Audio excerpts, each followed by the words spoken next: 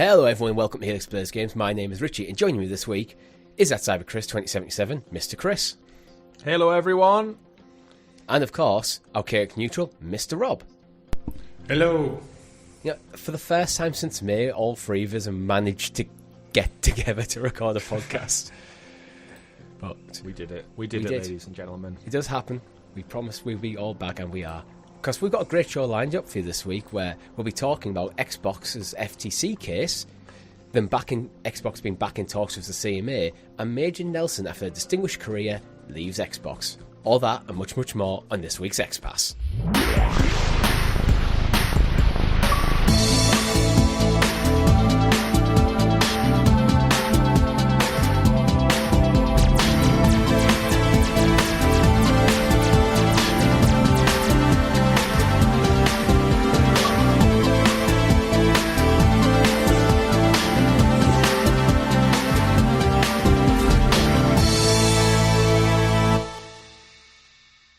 But before we get into it, make sure if you haven't already, you like the video, subscribe to the channel or your podcast feed of choice with notifications turned on, so you're kept in the loop with all our great here at Helix Plays Games, such as our other podcasts, Talking the PS, where every single Tuesday we break down all the news happening in the PlayStation side of gaming. We have our Lunar Listening. When there's enough Lunar news to actually produce a podcast, we will bring you a podcast dedicated to what's happening in the purple clouds. And we also have our weekly live streams, where last week, Chris, me and you, we jumped into GTA 5. We did. We went back to Los Santos, kicked some ass, and found out that the airport has no planes. You found out the airport had no planes. I was fine. No, the commercial airport. Oh, yes, that is true. We tried to steal a plane from the commercial airport so we could fly into the military base to steal a military plane, outthinking them. And there was no planes. No planes. Yeah, none we could enter anyway. There was lots of them just lying around. You got to buy the shark cards. That's what you got to do, so you can buy your own plane. That's how they get you. Yeah, I don't think we'll be doing that. But gentlemen, been playing anything interesting? We'll start with you, Chris. As you mentioned, GTA, I played it via Xbox Cloud Gaming through my desktop browser, as per usual, and very impressed with it, actually. I think, aside from a couple of refresh scan lines, which is kind of common practice, thoroughly enjoyed it, and it was nice to go back to a game I've not played in probably nearly 10 years. Thoroughly enjoyed it when it came back out on the PS3 while I was just out of college. But going back to it so long after, you realise how fun that game is and why it is as popular as it is. Had a blast with that one. Still playing through Hi-Fi Rush. Got another stage out the way. I think I'm up to maybe the second boss from the end now, I want to say. Thoroughly enjoying that one. And I also dabbled in Exoprimal. Just dropped on Gamepass this week. So I'm guessing I'll save my first impressions for the segment of the news. But a couple of varied things. Dabbling around a little bit amongst what else I'm playing. And a couple of things for me. Rob?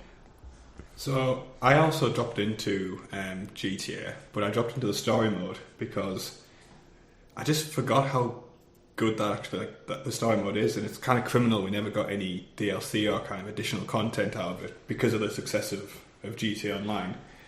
And I'm really enjoying it. And the weird thing is, we talked about this on Talking the PS, where Richie dropped the line kind of, I didn't have a PS3 when it came out, and I was he's got the console wrong. And then you said, I was like, no, wait, it was the PS3. That timeline just doesn't make sense in my head, how old that game is, and it's still, I think it's still pretty high up the sellers list as well. GTA Online was broke when it launched as well. Yeah. GTA 5 still charts to this day. I don't know if it's perpetually in the charts anymore, but it's usually in and around. Which is insane. Weirdness is that. But I really enjoyed it, and there's a weird combination where I love from the storyline. I don't know if it's the kind of LA setting, it's the kind of really what's the word I'm looking for? Kind of extreme capitalism kind of influencer thing they've got going on. There's just something really endearing about that world they created, and it doesn't age. I was saying when we were playing through it, it was obviously it's full of jokes and comedy, and even going back to the original ones, and just driving around and reading the billboards again, hearing the radio on the background. It was I forgot how rich this world was in how detailed. What was the? Oh, that. What? Yeah. I was saying when I was driving on the airport, there was a billboard for watches, and it was just a picture of a wrist with a watch, and it said it's time to strap on. And it was like, that's just GTA comedy through and through. And that's good, though. It is. It works. And if I had a watch company, I would just play with puns like that all the time. Just like be a bit cheeky with it. Yeah, it works. And again, I can't believe it's been so long until like Red Dead Redemption 2, phenomenal game. But to think it's been nearly like a third of our lives since we got another like a new entry in this franchise that makes so much money. How can they not get out another game? But then again, I guess they don't need to, because we went back and played it again. So like we're that returning audience, albeit for one night. It's Grand Theft Auto, man. Rockstar just do what they want, don't they? Although I do feel for 6, it's going to be quite difficult to do that like satirical take on the United States when after the last decade when we've had the likes of Donald Trump and shit, it's almost too real. The Capitol building being stormed. That sounds like a mission that would happen in GTA. Get in the Capitol building, get the flag. And that happened in real life, so where do you go with the comedy? Over the last 5-10 years, I've felt sorry for the satirists, because like when you look at the window, we wouldn't have even considered writing that as a satirical joke, but that just happened. It does sound like a heist kind of plot point, doesn't it? It's like, we create a distraction of idiots who will do this, but then we'll rob the gold in this section of like the Capitol building or something. Then get a military jet and get out of there. What would you do if there was like just literally? It feels more like Saints Row than GTA, to be honest. Where you go, you know what? There's a mission where you have to like incite a riot at the Capitol building so you can steal an election. Quite possibly, but GTA 6 on the horizon. But in the meantime, they're no rush. They're no rush to get that game out, which is fine. GTA Online keeps printing money, right? Yeah, I think GTA might have come up the right time for me, because I think with Zelda, I just need to push to the end now. Close out the story and go, right, I'm done. I definitely haven't done everything that game has to offer, nowhere near it, and I've probably tipped over 100 hours. Oh. It's a huge game. Because it's got that kind of sandboxy element to it. You can just find yourself messing around, building like a new car. You spend 10 minutes building a new car where it would have literally been quicker to walk to your destination. So it's just that kind of thing where you do get distracted a lot. So I think I need to just stop getting distracted and just, right, now let's mainline the story, close that out. And then I'll probably go back and do basically the same with Final Fantasy VII, which I think about 2/3 the way through. But GTA might have come up nice time for me, because I'm now quite skint since my holiday. But since I've got back from holiday, I've just had pretty much constant social engagements going on. Like, damn. 2 kids' birthdays. Like, there was some events, something happening around town. Pretty much the day I landed back in the country, I've just had a work social, like this weekend, yesterday as of recording, which I'm a little bit hungover right now. So it's just been like that constant stream of stuff. Like, I'm back the gym. That's also taking a bit of time out. So I haven't played much. So I do need to let's close out these games. GTA 5 might be a nice game to see me through till I've got a bit of money back in the bank. And then I can look at either Final Fantasy 16 or Jedi Survivor. Yeah, I'm dragged into the world of Exoprimal yet. No, I'm unlikely, because it's a multiplayer game, to be like dedicate much time to that. But I'm looking forward to having a go. But I think that's enough of that. Chris, would you like to introduce us to the excellently examined and excavated Xbox expose, aka the news? The news. And as always, our news section is brought to you by our Helix Heroes, which you can join for as little as 99p over on the YouTube channel. Gives you early access to shows such as Lunar Listening, such as Talking to PS, and custom emojis to use in the chat. And thank you very much to all our heroes for continuing to support the channel. First story of the week. Xbox has won in the case against the FTC. That's not a sarcastic clap, but because it's just one audio feed, it probably sounds sarcastic. It's over, kind of, maybe, probably not. But it feels like we've got past a massive hurdle. What's going on with the FTC case? Richie specifically, what's going on with the FTC case? You're on mute. I'll read through the Judge Corley's verdict, and then we'll talk about it. We'll go in depth. So Microsoft's acquisition of Activision has been described as the largest in tech history. I mean, it is by numbers. It deserves scrutiny. Fair enough. Now, I don't think anyone was kind of in that kind of, oh, this shouldn't be looked at. That scrutiny has paid off. Microsoft has committed in writing, in public, and in court to keep Call of Duty on PlayStation for 10 years on parity with Xbox. I think that's a key phrase there. It made an agreement with Nintendo to bring Call of Duty to Switch, and it entered several agreements to, for the first time, bring Activision's content to several cloud gaming services. This court's responsibility in this case is narrow. It is to decide if, notwithstanding these current circumstances, the merger should be halted, perhaps even terminated, pending the resolution of the FTC administrative action. For the reasons explained, the court finds the FTC has shown a likelihood that it has not shown a likelihood that it will prevail on its claim that this particular vertical merger in this specific industry may substantially lessen competition.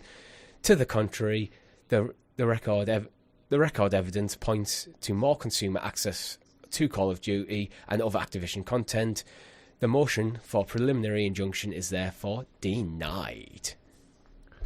Whilst hungover, how tough was it to read through that, Richard? That was quite difficult, when especially got in the more technical parts of the language. It's like, oh God. This is someone's full-time job to do this type of stuff. Yeah. Right? Like, my biggest takeaway is notwithstanding one word.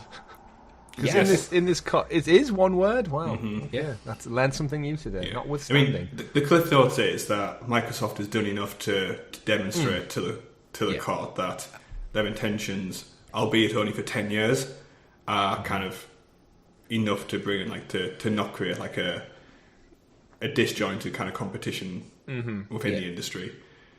I think that's fair, right? Like, yeah, I mean, for me, there's two elements to this. One, they're keeping parity with PlayStation for 10 years, which is a substantial amount of time.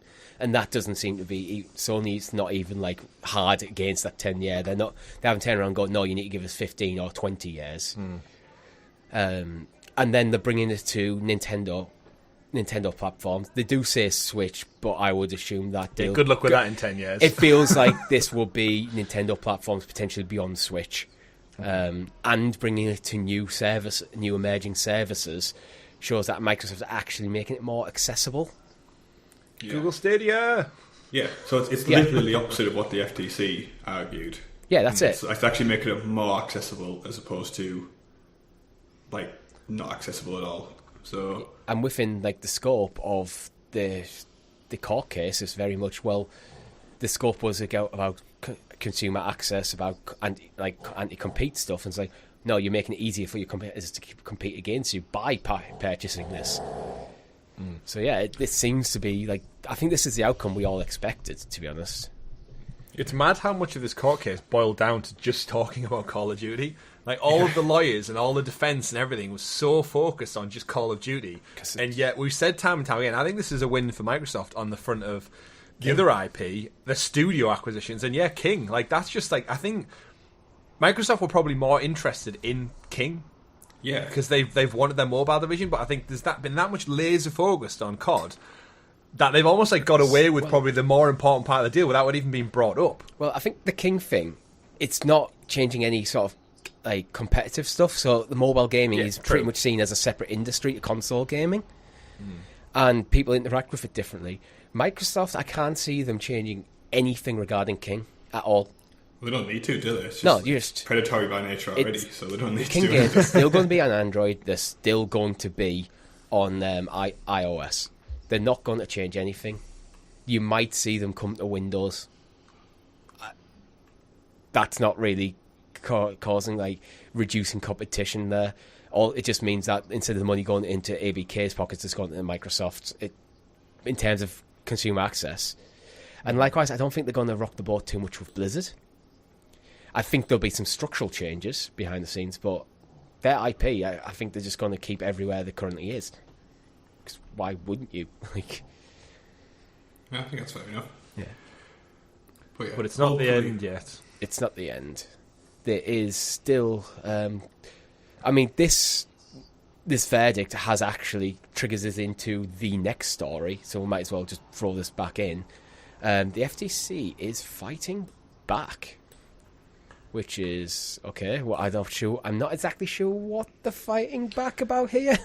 It's the decision to appeal, isn't it? It's the problem that happens in a lot of like court cases when, even though you win, they have like a window in which they can appeal the court and say like the verdict wasn't fair, there was certain evidence wasn't factual properly, or they can call up people's like legitimacy in the trial, and basically they drag the shit out. They drag it out longer and longer and longer. Just whether it's just to be complicated. I think the biggest thing for the FTC and their problem is they're using taxpayers' money.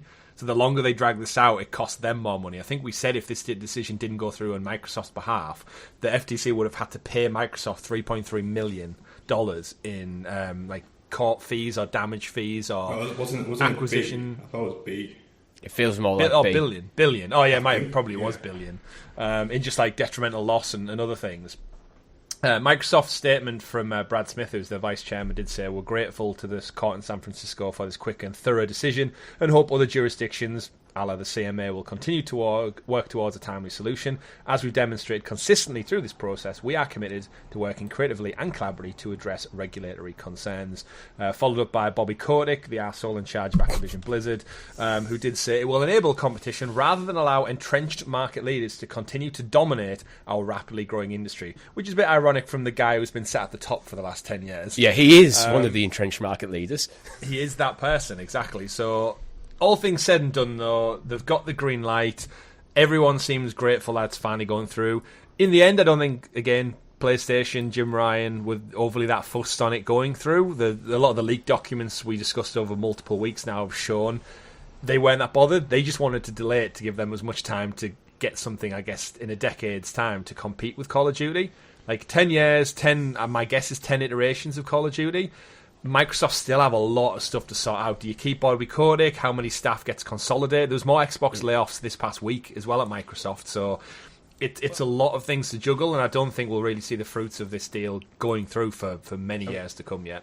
Yeah, I mean, one of the things I was kind of thinking about over this last week after this was announced is like, if you were like Phil Spencer, how would you restructure Activision Blizzard King to work it into Microsoft, or would you not bother at all? Would you just leave it as is? I think the risk, if you don't, is we get another Redfall. I think they learned from that in their hands-off approach to ZeniMax and Bethesda that you have to be in the game production pipeline. They've got a great track record of Call of Duty and some of their other titles, like Diablo more recently, Crash Bandicoot games.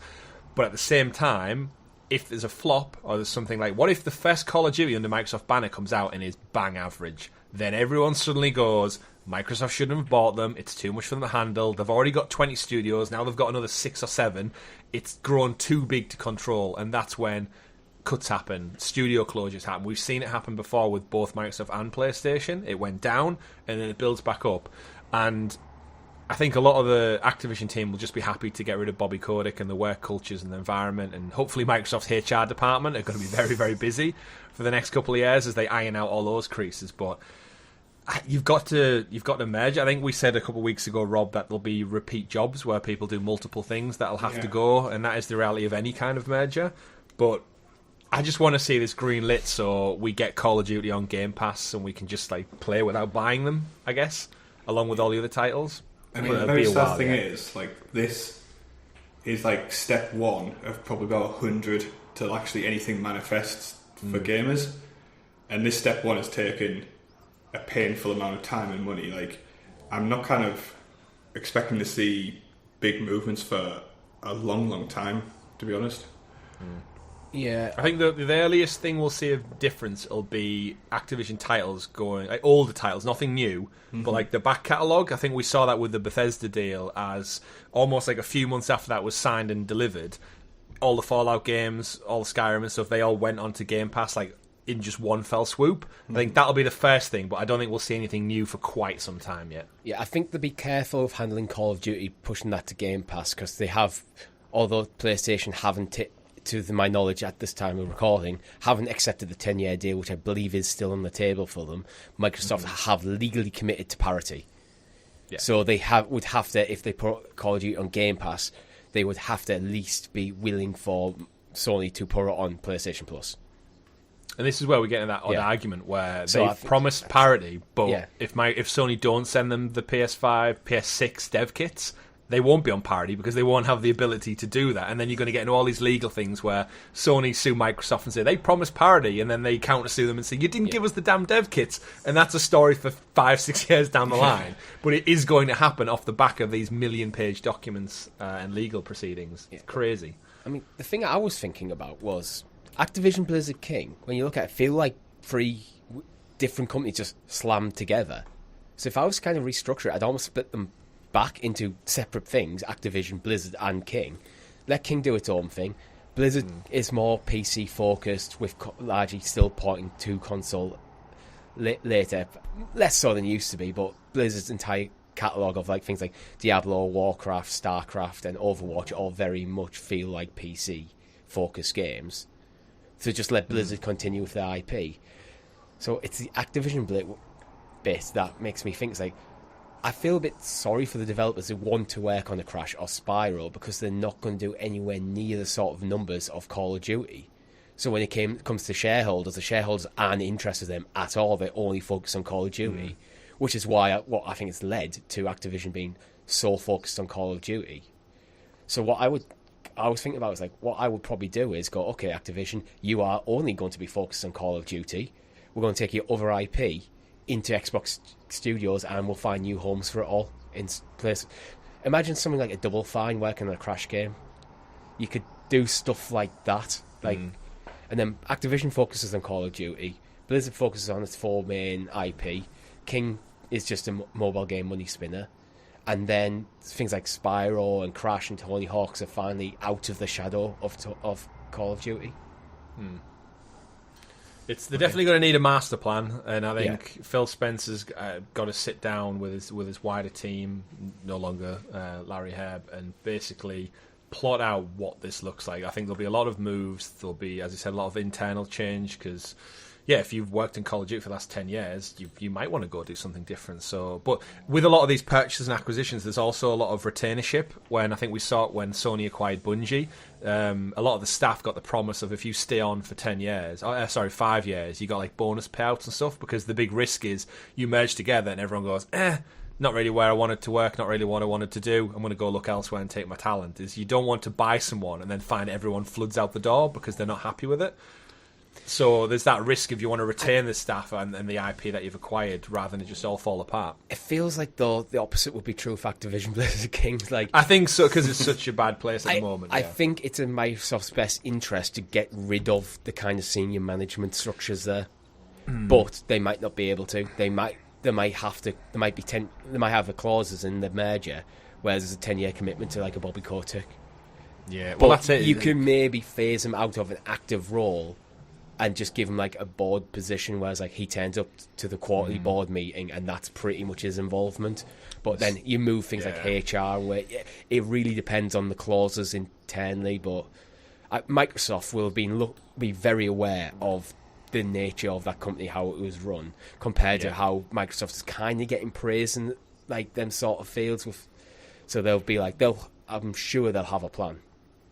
Yeah, absolutely. If I was Sony right now, deal's gone through, oh no, Jim Ryan, I would put a massive investment into Bungie and giving people the opportunity to leave Activision. If you've been working on Call of Duty for years, if you were at Sony and Bungie, I'd be like, right, we need an IP to compete with Call of Duty. You've got the experience. Come over, join this new studio spin-off or a portion of Bungie or whatever it may be. Announce Destiny 3. Not even that. I just think if you, like I said, if you're not happy with all the moves and shakeups, like use this as an opportunity of disruption and headhunt some of the best people who work at Call of Duty, whether that be Treyarch or otherwise, and just go, come over to us, make your own Call of Duty IP, but do it in your own vision. You're not beholden to Call of Duty anymore, but you're an expert in first-person shooters. Here's the money, here's the budget, let's go. There's the potential now that when the score finally actually gets over the line properly, that could happen internally at Microsoft, because then when you're part of like a multi-studio network, which there will be, it'd be easier to move internally to someone like a Bethesda. Absolutely. But then if you're at Bethesda, you're beholden to Fallout has to be your next game. Mm-hmm. Yeah, but if Which you've been is working like- on Call of Duty for 10 years and you want to change things up, Fallout might actually be a good title for you because you've got that first-person shooter experience, but you're now applying it in a very different IP. So that could actually be a nice home, actually, to give that halfway between. You're not going to go from Call of Duty to just a platformer. So a completely changing IP, but you are bringing what you know, so you might be able to settle in quite quickly somewhere like that. It'd be interesting. It will.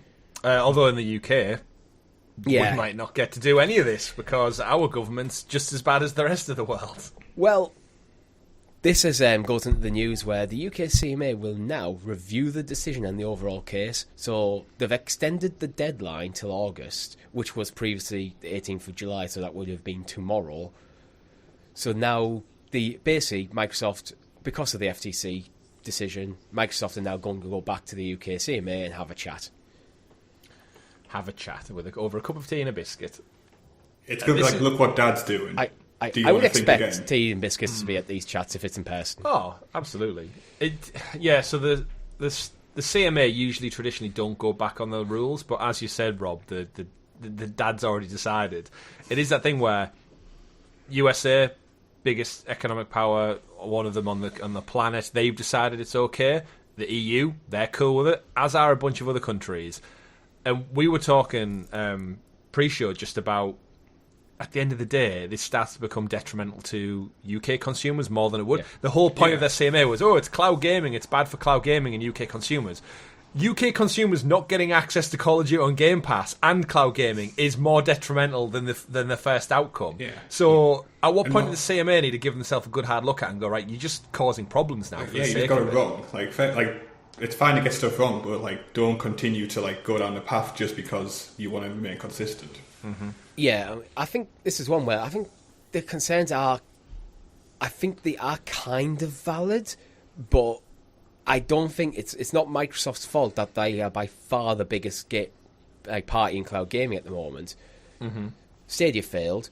Luna isn't making the waves that I think Amazon would hope it is. GeForce now seems to be doing okay.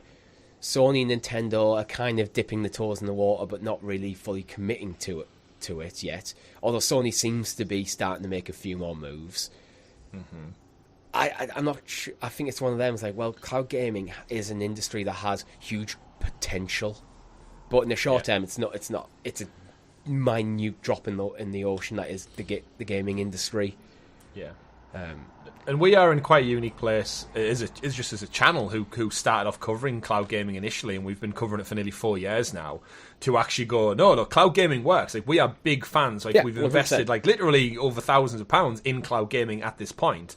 Spent many hours doing cloud gaming. We understand it, but yeah, I think in long-term goal, the CMA, hell, they could be right. When Microsoft have a complete monopoly over cloud gaming in a decade plus time, and the infrastructure's finally caught up, 5G, 4G, Wi-Fi, all that kind of jazz, fibre optic is there, they might look back and be like, hell, Microsoft have like a 95% capture rate on this economy. That may be well and true, and I appreciate where they're coming from, but in blocking this deal, cloud gaming is so insignificant in terms of the grander scheme of the games industry. I think they need to bite the bullet on this one, hold their hands up and say, look, we got it wrong, crack on, because as we said, it's UK consumers who are going to lose out when they have to pay £70 to play Call of Duty next year as opposed to Game Pass. And I think we have to remember as well that the CMA's decision was back in April, and that was kind of, I think it was just before Microsoft started throwing these 10-year deals around it left, right and centre. So I think Microsoft giving things like Activision Blizzard King titles to GeForce Now for 10 years and to things like Boosteroid very much feels like a response to the conversations they were having with the CMA. So the CMA now might look at it and go, well, actually, you've now legally committed to stuff that you hadn't last time we were talking. And then if you're also committing to parity, as you said, as is in the FTC case with Sony, that means if Microsoft wants to put Call of Duty on xCloud, parity would be, it then goes on PlayStation Plus Cloud Gaming. So they have a legal commitment to do that. The commitment's outside the UK. But so I think the CMA might be a bit more malleable to this. they might just need Microsoft to sign some documents to kind of guarantee that any Activision Blizzard King title they will put on cloud gaming, they are open for other platforms to also take. That might just be what it is, and that way, xCloud isn't going to theoretically grow beyond the others because of this deal. It will definitely help, but then it's like, well, it's on Sony mainly, I think, to kind of compete in that space, to make the decision to actively compete, where they feel like they're half in and half out at the moment. And that's what we've said all along, right? Is that you can't begrudge Microsoft from wanting to invest and spend money in their business, because that's capitalism 101. You spend money to make money, and they know they've admitted several times throughout this court case they're in third place. So what they're trying to do is spend money to invest in assets that will help improve them and compete with their competition. That is business. And yet, for some reason, these regulatory bodies let's face it, it's down to the sheer cost, right? If it wasn't 68 point whatever billion, they probably wouldn't as be concerned. Mm-hmm. But by nature of it, they have been. It is right. I think all these authorities are scrutinising the deal because it is such a landmark deal. It is potentially the biggest in tech, not just gaming. Mm-hmm. A deal like this does need a lot of scrutiny, and I think the cloud gaming stuff does fall a bit weak. But you have to remember, the CMA were one of the first to make a decision. Yeah. So the stuff that's come out since the decision, when they relook at it and go, oh, actually, we have more information, our concerns turns out are unfounded, Microsoft are playing ball with other companies, they're not using this to create a monopoly. Yeah. But that's made by one Ubisoft. Of those things. Yeah, and it's interesting for the amount of money that there was. I think we said it on one of our previous shows, is that if Microsoft just took like a percentage of that money they're about to spend, they could literally have bought every single PS5 Sony produced and still not put a dent in that 68 billion. Like, they could have bought every console manufactured. Yeah, just drop in the ocean and be like, and just dump them all off, set them on fire, and be like, yeah, fuck your SSDs. Theoretically, Microsoft could have probably bought Square Enix, Sega, and Ubisoft for the same sort of money, assuming they were willing to sell. And I think that would be more impactful to the gaming industry than Activision Blizzard King. Mm-hmm. I mean, that's always been the biggest outlier, because Xbox have the backing of Microsoft, like one of the, if not, like it's like the third richest company on the planet. They could just come in and buy Sony if they really wanted to swing that big dick energy around as much as they want to. They could go, fuck it then, we'll just buy Sony. Forget Activision, we'll buy Sony. So then Activision's games are on both of our platforms. Throw a Game Pass on PlayStation while you're at it. It's like, you want to see a Monopoly? I'll show you a fucking Monopoly, right? Yeah. I mean, yeah, that's the ultimate goal of that. But then you could probably get them for... I reckon you could get Sony for like 40 billion. I don't know, because Sony are huge, not just in gaming. That's the thing. Are you buying PlayStation or are you buying Sony? Because they're different conversations, I think. I don't know. I think Sony isn't like not as valuable as we think. Aside from like Spider-Man, like what movies are they crunching out? I mean, we could get into a whole different conversation. Yeah, but I don't think Sony were. If you buy Sony, the market value, Rob. You're buying Sony Group Corporation is worth 117 billion, which that's not that far off, right? Yeah. I think when you're looking at it, like, so if you think Sony, you are buying things like phones, you're buying TVs, you're buying all their audio stuff. Like, they've got a lot of arms to Sony. I'm not denying it. I just think they're not as valuable as they probably should be. Actually, how low that is. I was expecting... The problem is everything's expensive, right? The Xperia phones, like 1% of the mobile market. The headsets, as quality as they are. Their TVs, too pricey. Do any of us own a Sony Bravia TV? Yeah. Nope. Do you? LG, how old's yours, though? Oh, it's like 10-year-old. Yeah, modern Sony Bravia. And it was a couple of generations old when I bought it. I did that thing where, because to bring out a new generation, you go back 2 or 3 years and you get a massive deal. Yeah. Sony Vaio sold the laptop brand. It's just like they've been shrinking back. And yeah, I mean, without getting too much into it, I just think, imagine it like a couple of years, Apple swoop in and buy something. Like, at the end of the day, I'm just happy that it's not a Tencent or a NetEase coming in and buying it, and then all the funding is coming from somewhere else. But hopefully we'll see it, and we'll be doing Call of Duty First Looks, because I won't have to buy it outright. I can just play it on the channel for Game Pass. We all just want Phil Spencer to do a cover of Without Me by Eminem, just with like all directed at the FTC as opposed to the FCC. Yeah. We won't let him be. We won't let him be at all. But Major Nelson is retiring after 20 years at Xbox. I thought you were going to say, we'll let Major Nelson be there, Richie. That was like the perfect segue. So I'll tell you who we will let be. Major Nelson. I didn't. I something was there, but you know when like it hadn't quite formed it properly quick enough. But Larry Hrybe, how do you say his last name? Herb. Herb. Is it Herb? Yeah. I think that might be a typo actually. Yes, it's in a couple of places. Herb. So yeah, Herb. Yeah. Larry Hrybe. Larry Hrybe, the director of Xbox programming, after 20 years at the business, is stepping down to spend more time with his family. I love how you put like such a somber tone on your voice when making that statement, like he's passed away or something. Yeah. To spend more time with his family. You know what? Yeah. Fair play to him. He's oversaw the growth of Xbox into what it currently is. And yeah, he's been infamous. He's not infamous. That makes it sound bad. He's been quite famous around the Xbox community for a long time. He's well liked, I think, just generally in the gaming industry. So yeah, there's a lot of stuff to be said about him. And I think over 20 years, he's done a lot for the brand in terms of just like being the face of it. A lot of times, in between like leadership, like even before Phil Spencer. He always did like the blog posts, giveaways and stuff. He's been at all the face-to-face events. He did the Xbox official podcast, which is going to now go on hiatus until they kind of rearrange and come back with a new format of what they want that to look like. Yeah. But yeah, he's very much just been the voice of Microsoft and Microsoft's Xbox branch for a long, long time. And it's at that point where like people do move on, people do retire, and like you said, he's sacrificed a lot of his time away from his family over the years. I think he put out like a series of tweets stating like he's had an incredible 20 years, he's ready for the next chapter, whatever that may look like. But yeah, he is going to take some time off. He's not jumping straight into another job, and I don't think this should be a negative thing. I think it's just part of like, I think it's life. He's earned his rest, as they say. Do you think the timing is built around the merger? It's like now the merger is going to happen, that he can go right. I'll see this over the line, and then that will be me. Probably not, because I don't think he had a massive part. He's the director of programming and stuff, but yeah, so he'll be. I mean, he's a director at Xbox, so he will have been involved. Maybe not all the time, but he will have been working on this deal in some way, shape, or form. I'd imagine. And it feels like, okay, this is over the line. Now's a nice time for me to step out, let the next generation of like Xbox directors like take a step up.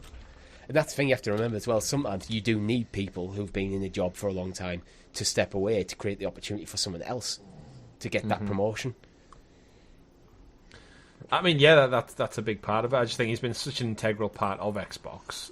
It's just, yeah, like time to move on. I don't think he'll do anything in terms of like game development or anything, but he's got enough experience under his belt. He could just do whatever. He might do a similar thing that Reggie Fils-Aimé is doing, where he's just doing a lot of like consultancy stuff. Yeah, I could see that. It's the same with Jack Trenton as well. I think he's currently actually doing it for Tencent, ironically. Yeah. But yeah, well, I mean, why not? You reach that point, as you said, you need to move on so like the next generation can come through. Indeed. And let's face it, a lot of these people have been around for that long that, especially when they're wearing suits and ties, they just don't look like they're connected to the gamer world as much anymore. They do just look like dads and granddads and stuff who've just been around from the beginning.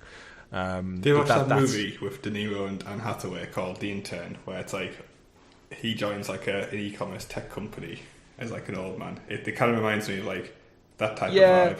I can see that. We probably look like that to a lot of people as well. While we've like lived through it, but like that tech boom that happened in like the early 90s is we've rode that wave.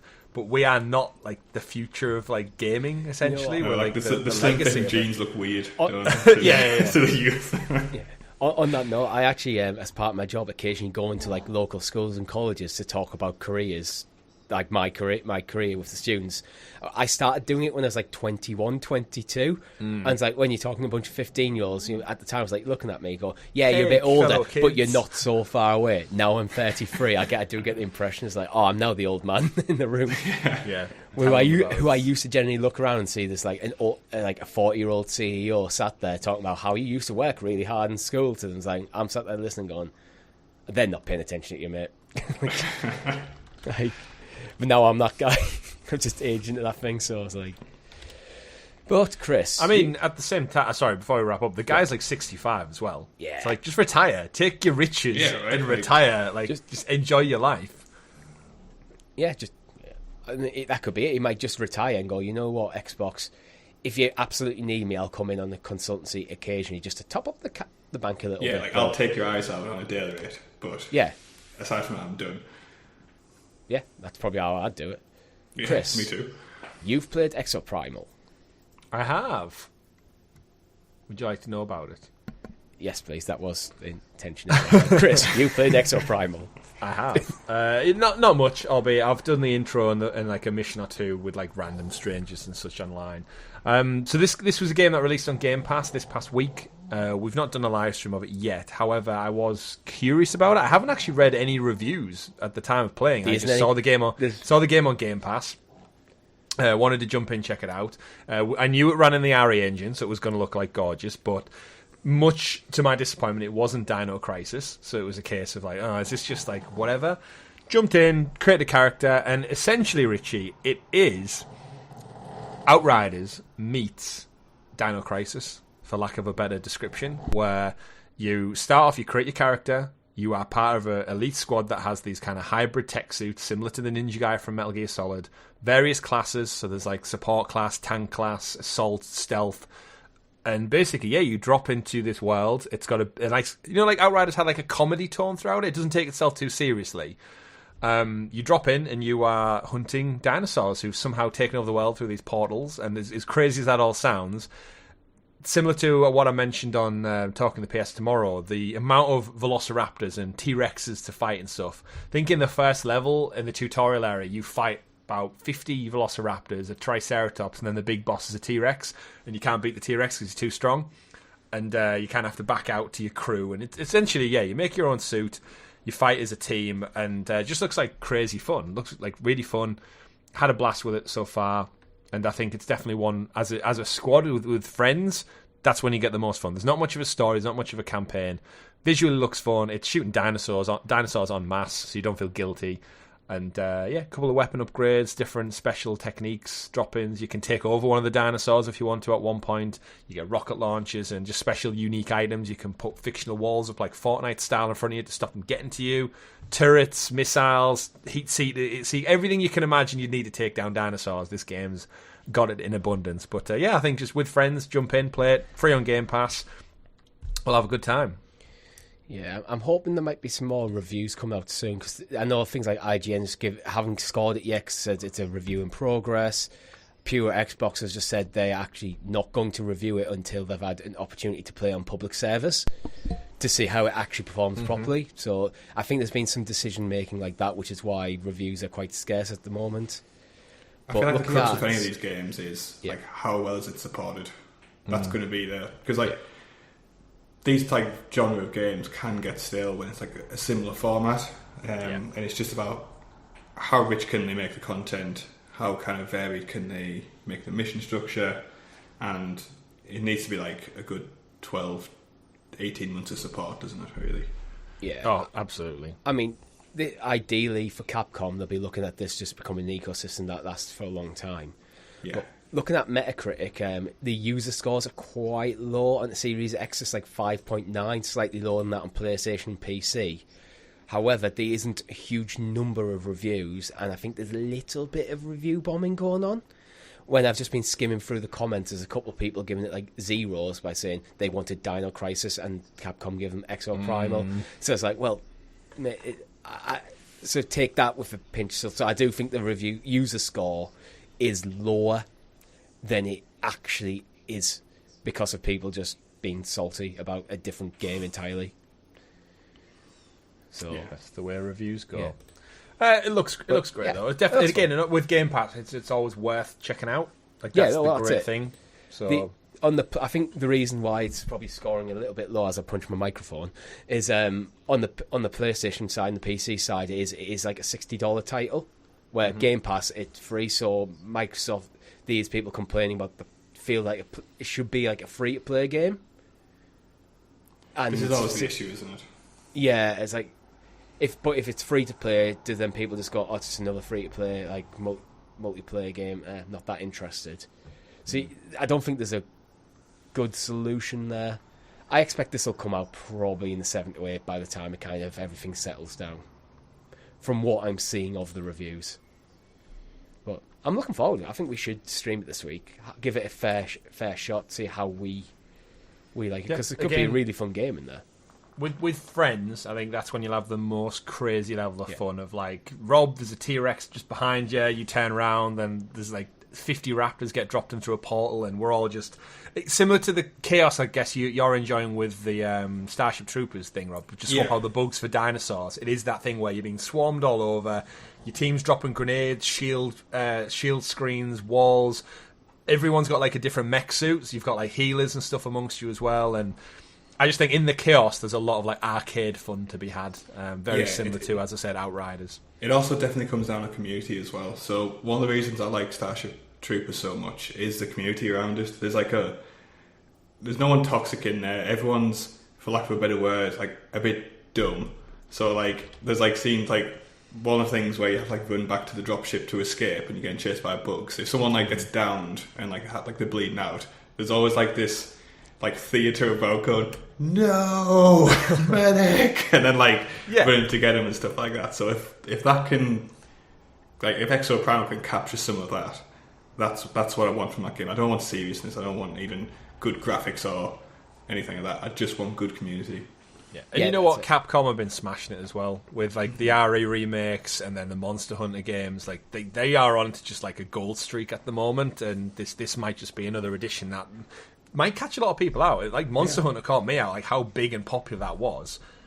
You never know. Never know. Yeah, and this is, I don't think, has anyone ever looked at Exoprimal from what we saw in like trailers and so forth? This is going to be a 10 out of 10. I think if this lands in like high 7s, low 8s, go, okay, there you go. That's what the game is. It's what it feels like it should be. It feels like that's where it was being pitched.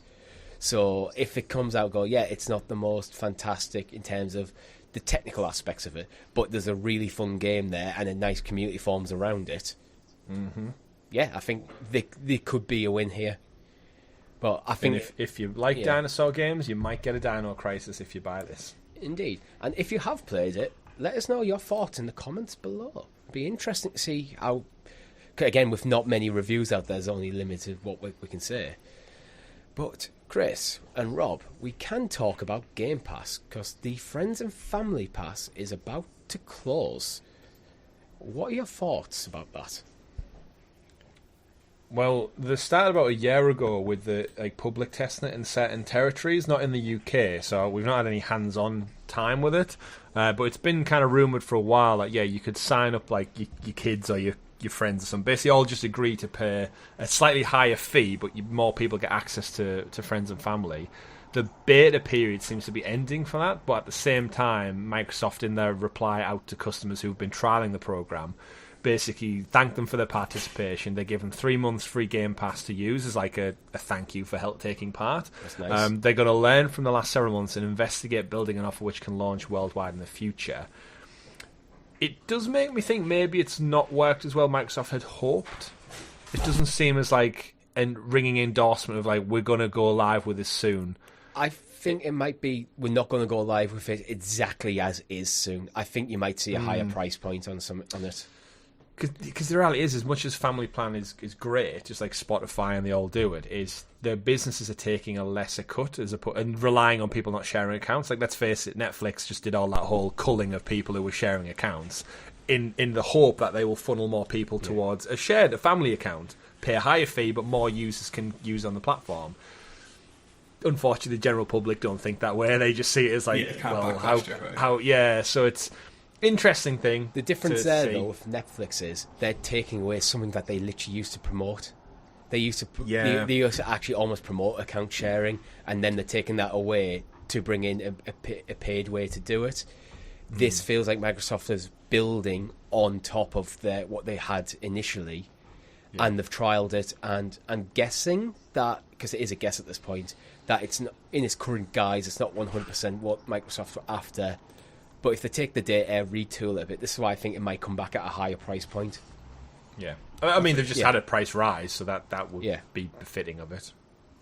I think it just comes back when Game Pass is stronger, which in theory should be happening in a big way in a couple of like years, right? Starfield. Yeah. Yeah, quite possibly. Yeah. But yeah, a few more stories to talk about.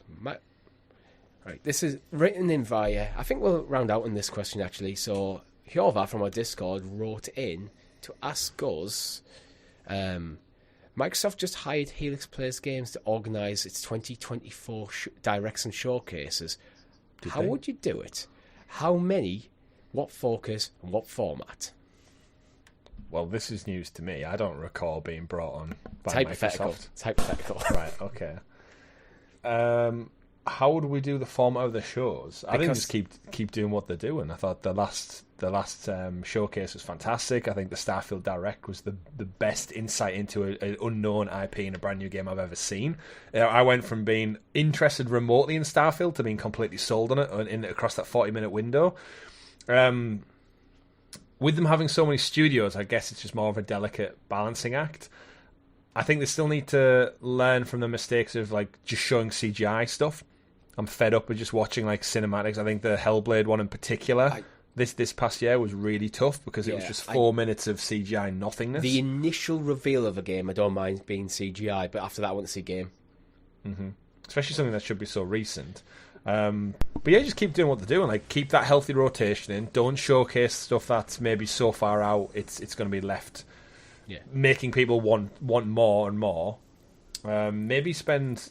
I mean, you might even be able to split it. They've got that many live service games now in terms of like Overwatch, World of Warcraft, Sea of Thieves. Like, you could even do a different presentation just for updates alone on your games as a service titles. But they need to be like distinguished and separated enough that it doesn't get bogged down and get in the way of other titles. Like, don't show me an Indiana Jones trailer and then waste 20 minutes of my life telling me about a new character coming to Overwatch, because they're different audiences, I feel. Yeah, I think this is the key here. They have to, I don't know how they do this in practicality terms, but I feel like their studio kind of library now is so vast. They need to figure out a way to kind of almost like segment the different types of players they all appeal to now. Because I generally don't care about any game that takes up with 40 hours to kind of complete the main content on now. Like, I just don't have the time for that, and I don't have time for kind of continuous games or whatever. So I feel like they need to kind of narrow down the focus on a few different gaming personas, the kind of busy professionals, busy dads, the time suck gamers who are still out there, and try to kind of create different shows for those types of people. That's what I'd like to see. Well, this is where I'm hoping the developer directs kind of take more prominence. Like, the Starfield one, like I said, was great. So, now you've got all these IP, just do a Sea of Thieves developer direct. Do a World of Warcraft developer direct, or whatever it needs to be, an Overwatch one, a Diablo one. And just for a condensed 30 to 40 minutes, get the devs in, get some streamers in or some players who are so, like you said, Rob, bought into the brand, they live and breathe it. Relate to your own audience specific to that. Because the great thing with the world of kind of online presence and live streams now is you're not beholden to a stage presentation. You can just reach these people at the drop of a hat by putting a link out on social media. And they don't need to be big things. They don't need a high production value. If anything, more intimate kind of DIY approach probably works better for those niche audiences. I think for me, I'd like to see them maybe somewhere between November to January, just do one big direct and go, this is what you can look forward to in the next 12 months.